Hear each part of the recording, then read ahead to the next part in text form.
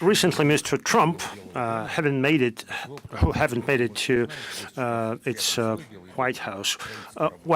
You may not know that we have our own White House where we make good decisions, whereas the White House in Washington is a place where some different decisions are made. Now, he said that if BRICS members do not use the dollar, he would introduce 100% duties against all these countries. So this is the first threat against states, the first threat of this kind.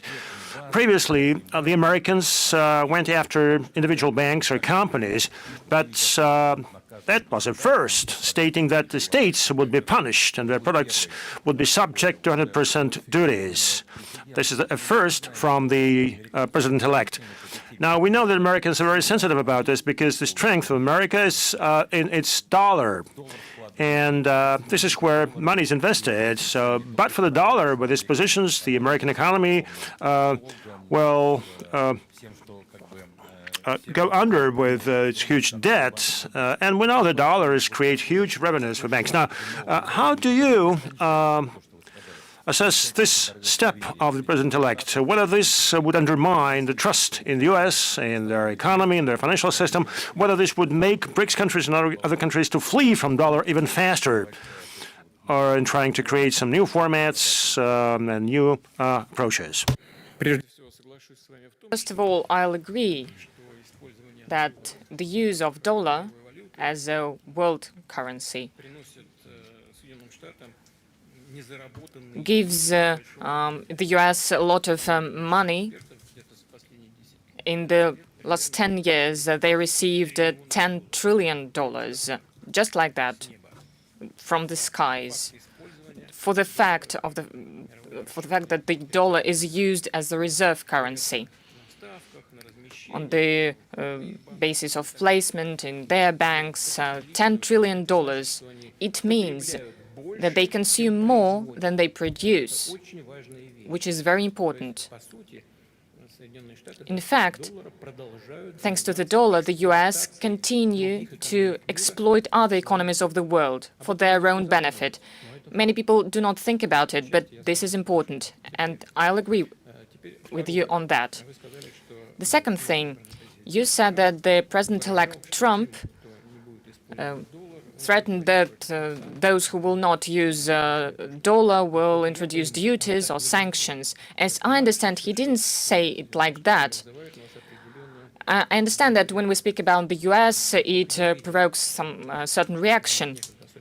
Well, as far as according to what I've seen, well, I don't have much time to see, to watch, but I said that if someone wants to restrict the use of dollar, they will react. This is not the same. One thing is to prohibit the use of dollar, and the other thing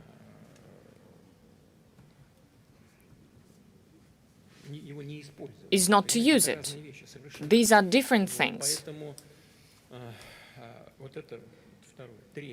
And the third, President-elect hasn't governed the country, has not been in the White House for 4 years. And there were certain changes in the economy, in the world economy, during this time, and as well as in the American economy.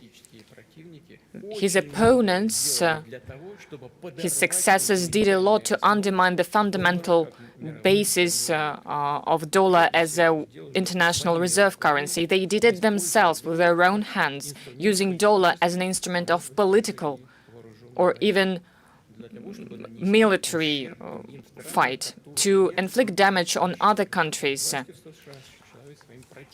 because the government of the U.S. considers that their opponents, for instance, against us, they started introducing restrictions.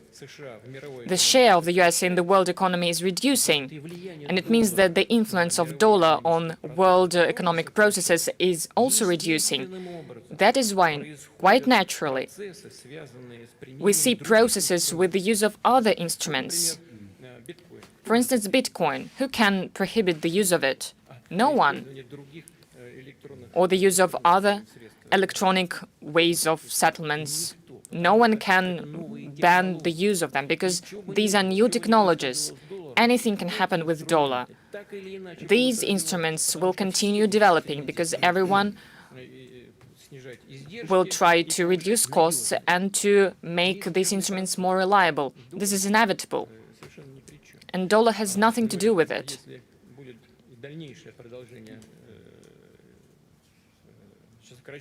But if we see that the use of dollar is reduced, if they do it themselves, they will undermine the basis of their own economic dominance.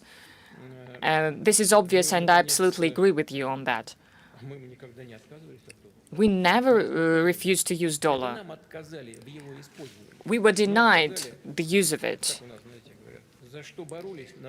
As we say that we fight for something and then this result in problems. And now we have to think what to do next. This comes from the fact that they are too confident of themselves, and this is unacceptable. We need to understand the processes that are happening in the world. Based on that understanding, we should establish our policy, including on the international level.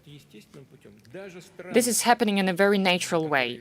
Even the countries that are allies of the US reduce their gold and currency reserves in dollars and in euros. In the last 10 years, the reduction was around 13%. Well, this is a big figure. And this is happening naturally. No one will be able to undo these processes with the use of sanctions or using force that are destructive for the economy. Those who do it, and especially for those who do it,